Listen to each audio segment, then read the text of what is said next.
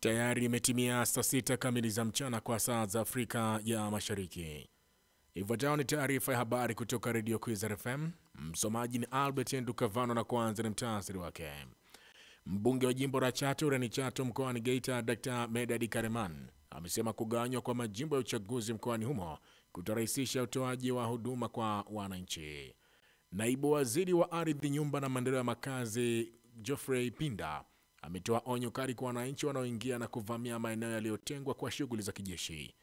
Na waziri wa mambo ya nje wa Marekani Marco Rubio amesema anatarajia Urusi kuwasilisha mwongozo wa usitishaji mapigano nchini Ukraine katika siku chache zijazo utakaoonyesha kama kweli ina nia ya dhati. Habari kamili. Chato.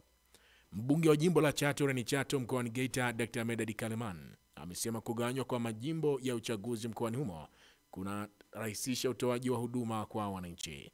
Dr. Kareman amesema hayo wakati akiongea na wakazi wa kijiji cha Bwina wilayani humo na kueleza mpango wa serikali wa kupeleka huduma za kijamii kwa wananchi. Amesema usimamizi wa miradi utafanyika kwa urahisi kutokana na eneo la utawala kuwa dogo, tofauti na ilivyokuwa hapo awali kabla ya kugawanywa kwa majimbo.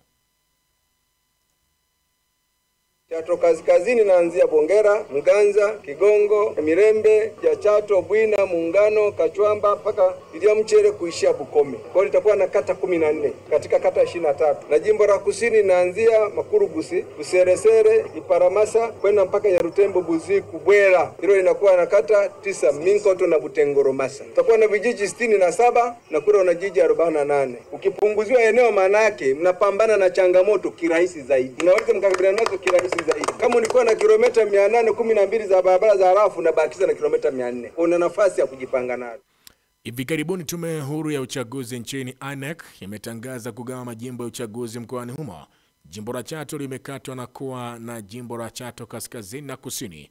Jimbo la Busanda wilayani Geita limekatwa na kuwa jimbo la Busanda na Katoro. Geita. Katibu wa itikadi na uenezi na mafunzo CCM Taifa CPA Amos Makala amesema sera za chama zimeelekeza serikali kuwainua wachimbaji wadogo wa madini, kukuza uchumi wa wachimbaji wote kwa pamoja. Makala ameeleza hayo wakati akizungumza na wananchi wa Katoro, halmashauri ya wilaya Geita, katika ziara yake ya siku 7 kwa mikoa 5 ya kanda ya Ziwa ya Kagera, Geita, Mwanza, Simiyu na Shinyanga. Makara amesema azima serikali ni kuwajali wachimbaji wadogo wa madini na wachimbaji wameendelea kuunga mkono jitihada za Rais Dr. Samia Suluhu Hassan kwa sababu amekuwa akijali wachimbaji wadogo. Aidha ameeleza kuwa wachimbaji wakubwa waliopo walianza kama wachimbaji wadogo na kwamba wachimbaji hao wakipewa fursa wanaweza kukua, kuajiri wengine, kuongeza mapato na uchumi kukua kwa pamoja. Dodoma. Naibu waziri wa ardhi, nyumba na maendeleo ya makazi Geoffrey Pinda ametoa onyo kali kwa wananchi wanaoingia na kuvamia maeneo yaliyotengwa kwa shughuli za kijeshi. Pinda amesema hayo jana bungeni jijini Dodoma wakati akichangia makadirio ya mapato na matumizi ya Wizara ya Maliasili na Utalii kwa mwaka wa fedha 2025-26. Amesema licha ya tahadhari zinazotolewa bado baadhi ya wananchi wamekuwa wakiingia katika maeneo hayo wakitafuta vitu vya thamani au kwa matumizi ya kawaida na kuhatarisha usalama wa raia kwa kushika mabaki hatarishi kama vile masalia ya mabomu. Katika baadhi ya maeneo ambayo yanatakiwa kuzingatiwa ni yale maeneo ambayo tunakwenda kuyatumia kwa shughuli za jeshi. Maeneo haya kimsingi huwa ni maeneo hatarishi kwa sababu matumizi yale ya kijeshi huwa yanaacha baadhi ya masalia ya vyombo ambavyo vilitumika huko kama mabomu na nini. Tusipende kuyachezea maeneo haya kwa sababu maeneo hatarishi sana. Kwa namna hiyo, yale maeneo tuliyoyabainisha kwa ajili ya matumizi ya jeshi, wananchi wa kawaida tusipende kwenda kuvamia maeneo haya kwa sababu yamekuwa hayana matokeo mazuri kwa wananchi. Wengine wanaokota yale masalia ya mabomu na wakati mwingine analeta madhara. Ameongeza kuwa maeneo hayo si kwa matumizi ya kiraia na yanatakiwa kuheshimiwa kama sehemu nyeti za usalama wa taifa na kuwataka viongozi wa vijiji, mitaa na kata kutoa elimu kwa jamii ili kuzuia majanga yanaweza kuepukika. Unaendelea kusikiliza taarifa ya habari kutoka Radio Kwizera FM. Bujumbura. Waziri wa mambo ya ndani na ustawi wa jamii na usalama wa taifa nchini Burundi Martin Teretse amesema ni marufuku kufanya kampeni za uchaguzi katika maeneo ya shule na maeneo ya kazi. Waziri Nitereza ametoa kauli hiyo leo wakati akizungumza na waandishi wa habari mjini Gitega na kukemea baadhi ya viongozi wa vyama vya siasa nchini humo kuwalazimisha wananchi kuingia katika vyama vyao kinyume na sheria za taifa hilo. Amesema hakuna uongozi unaofunga maduka ili ya raia washiriki kampeni za kisiasa kwa nguvu, na ni vyema viongozi wakakumbuka kuwa mpiga kura anaingia kwenye chumba cha kupigia kura akiwa peke yake na kumchagua kiongozi amtakaye bila kushurutishwa. Aidha, amesema mtu kuingia katika chama cha siasa ni hiari yake mwenyewe na kwamba kampeni za kisiasa hazipaswi kufanyika makanisani, misikitini, hospitalini wala maeneo ya kazi, na atakayefanya hivyo atashughulikiwa kwa mujibu wa sheria. Kinshasa. Mahakama ya Katiba nchini Jamhuri ya Kidemokrasia ya Kongo DRC jana imemhukumu kiongozi wa upinzani na waziri mkuu wa zamani Augustine Matata Ponyo kifungo cha miaka 10 gerezani na kazi ngumu kwa ubadhirifu wa zaidi ya dola milioni 245. Matata Ponyo amehukumiwa kufuatia ubadhirifu wa dola za Marekani milioni 245 zilizokuwa zimekusudiwa kutekeleza mradi wa bustani ya kilimo ya Bukangaronzo nje ya mji wa Kinshasa.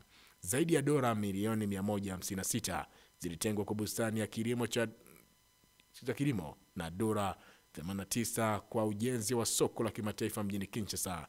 Miradi yote miwili haikuzaa matunda. Washirika wake walioko nje ya nchi kwa sasa, gavana wa zamani wa Benki Kuu Deogratias Mutombo na mfanyabiashara kutoka Afrika Kusini Christo Grobrar wamehukumiwa kifungo cha miaka 5 jela katika kesi hiyo iliyofunguliwa mwaka 2021. Hukumu ya miaka 10 gerezani na ambatana na kutojishughulisha na nyadhifa zozote serikalini na kunyimwa haki ya kupiga kura na kuachiliwa kwa masharti, ikiwa ni kifungo cha chini ya miaka 20.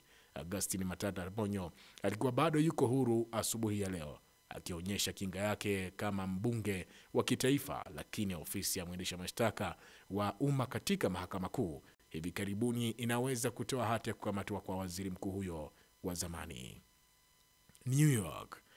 Waziri wa mambo ya nje wa Marekani Marco Rubio amesema anatarajia Urusi kuwasilisha mwongozo wa usitishaji mapigano nchini Ukraine katika siku chache zijazo utakaoonyesha kama kweli ina nia ya dhati. Rubio amesema rais wa Urusi Vladimir Putin na waziri wake wa mambo ya nje Sergei Lavrov wameashiria kuwasilisha masharti yao wiki hii yatakayowaruhusu kuelekea kupata mkataba wa usitishaji mapigano na atakayovifikisha mwisho wa vita vya Ukraine. Waziri Rubio pia amesema mwongozo utakaowasilishwa na Urusi utatoa taswira kamili ya nia halisi ya Urusi katika mzozo huo wa vita kati ya Urusi na Ukraine. Amesisitiza kuwa rais wa Urusi Vladimir Putin hajafikiwa kushawishi rais wa Marekani Donald Trump kuhusu jambo lolote, lakini pia kwa upande mwingine Urusi haijaashiria kubadili msimamo wake. Ikumbukwe kuwa tangu Trump aliporejea madarakani Januari mwaka huu, aliahidi kuvifikisha mwisho vita vya Ukraine kupitia mdahalo. Mpaka sasa Urusi haijaregeza kamba. Rais wa Ukraine Volodymyr Zelensky amesema ni wazi kwamba Urusi inajaribu kuvuta muda ili iendelee na vita vyake na kuikaria Ukraine kimabavu licha ya mashinikizo kutoka pande zote za dunia. Kabla kumaliza taarifa ya habari, tena ni muhtasari wake. Mbunge wa jimbo la Chato wilayani Chato mkoani Geita Dr. Medad Kareman amesema kugawanywa kwa majimbo ya uchaguzi mkoani humo kutarahisisha utoaji wa huduma kwa wananchi. Naibu waziri wa ardhi, nyumba na maendeleo ya makazi Geoffrey Pinda ametoa onyo kali kwa wananchi wanaoingia na kuvamia maeneo yaliyotengwa kwa shughuli za kijeshi. Na waziri wa mambo ya nje wa Marekani Marco Rubio amesema anatarajia Urusi kuwasilisha mwongozo wa usitishaji mapigano nchini Ukraine katika siku chache zijazo utakaoonyesha kama kweli ina nia ya dhati. Waza Wazua. Msikilizaji, umaskini si laana hata kidogo, bali ni mapito yanaweza kubadilika. Ukisahau maumivu yake, pambana tu, ipo siku yatafika mwisho. Waza Wazua. Na huo ndio mwisho wa taarifa ya habari kutoka Radio Kwizera FM. Endelea kutufuatia katika mitandao yetu ya kijamii ya Instagram, TikTok na X at Radio Kwizera FM, YouTube Kwizera TV na website yetu ya radiokwizera.co.tz. Saa 10 kamili alasiri utaletewa duru zetu habari.